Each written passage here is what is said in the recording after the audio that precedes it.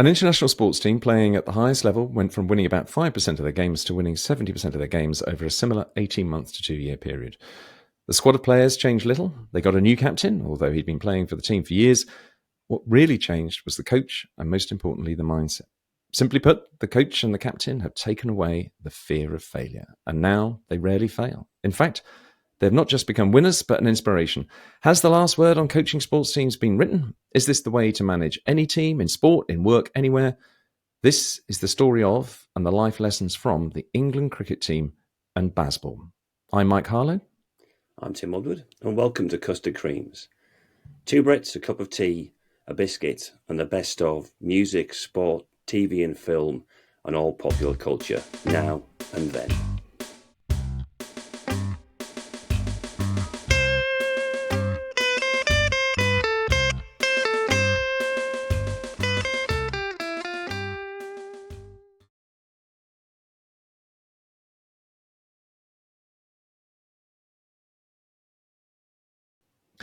In the second episode, we're going to look at why Bazball has worked. It's the story of a cricket team, but it could be the story of any sports team, any team, in fact, in any walk of life. So, Tim, what do you think is one of the key reasons why they've been able to instill this lack of fear of failure in the England cricket team? Yeah, and I think it might be a slightly unusual view to take, because I think you might be expecting to talk about the skills of their players and their explosive abilities, as batsmen or bowlers. But actually, I think almost the critical thing here has been the alignment of 3 important people. I'm trying to avoid using the word key because there's going to be an unintended pun there. But Rob Key is the managing director of England Test Cricket. You've got Baz McCullum as the head coach of the Test team, and Ben Stokes as the captain. I think they all are entirely aligned to the way they want to play. And, that's the labelled style Bazball. Because that is such a strong bond and a strong link between all 3 of those people, that has been, I think, the major reason why it's worked. Because if you are worrying about what's going to happen after one bad game, or if you're going to take it out on the players by, dropping a couple of them, none of this works. This only works if you absolutely talk it like you walk it. If you're saying we're playing to entertain and we're going to be fearless and we don't mind if we lose, you've got to put your money where your mouth is. Because as soon as you lose 2 games and change it, then it all falls apart. And I think that rock solid approach from those 3 has really made the difference. You've got to believe, haven't you? You've got to believe that when they say, I want you to not fear failure, that when you fail, which you might still do, not because you had a fear of failure, but because you just had an off day, doesn't mean you don't have to train, doesn't mean you don't have to be highly skilled to play at international level. It's not a magic formula that makes you brilliant at something you weren't brilliant at. It just enables you to perform at your best. But as you say, you've got to come off. If you come off the pitch and you think, oh God, I got out for 8 and that's not a great score. What are they really not just going to say, but what are they really thinking? Am I in their mind for being dropped and being replaced by somebody else? So, clearly these 2 go towards those people to make them feel psychologically safe. And I think one of the key things here is, I think, Ben Stokes and Brendan McCullum appear to be very decent human beings. Now, I know there's stuff in the background that might suggest otherwise sometimes, and no one's ever going to be entirely black and white, but they do seem to be supportive, decent people of integrity. And that makes a huge difference to how people feel in that team environment. And people can relax.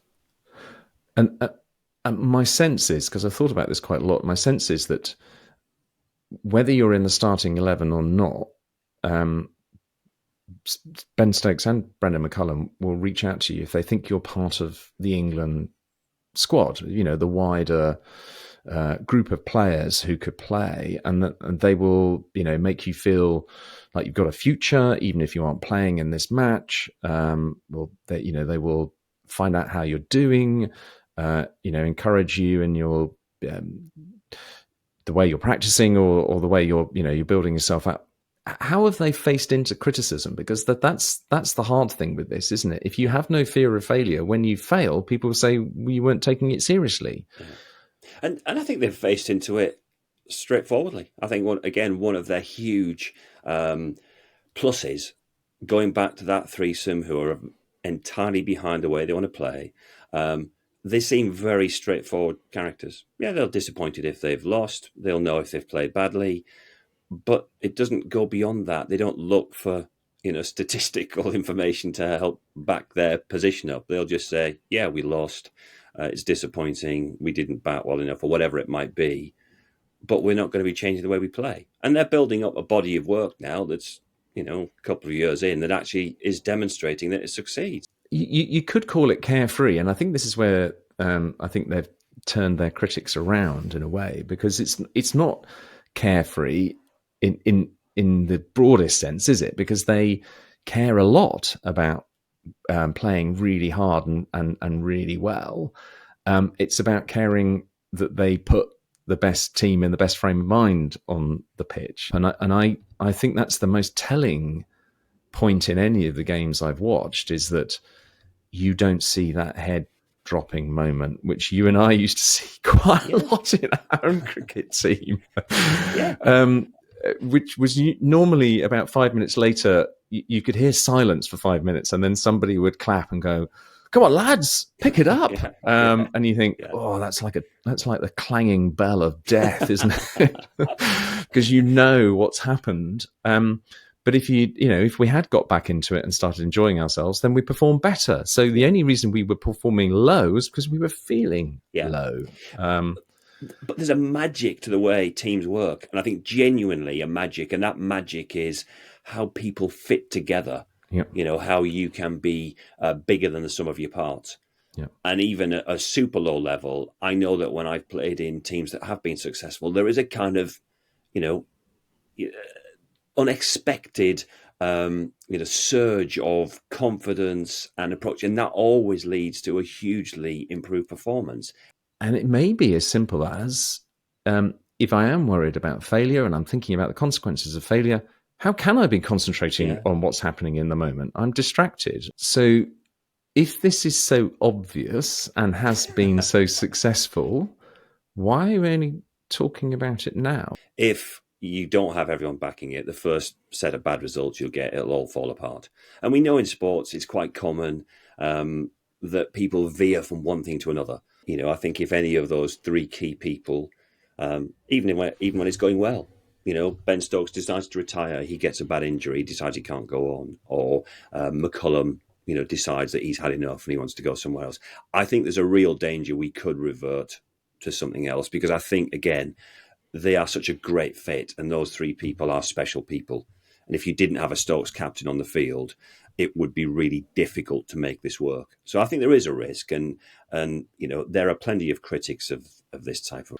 Not only have they won, it's the manner in which the games have been played. And going back to what you said at the beginning, Brandon McCullum wanted to almost save Test cricket. He said England, Test cricket without England is not that healthy. And this format of the game, needs to be more entertaining. Boy, have they created that. Great. Well, in the next episode, we're going to be looking at, can you apply this to any team? Can you do this at work? Why aren't you managing, if you're a manager, why aren't you managing your team in this way today?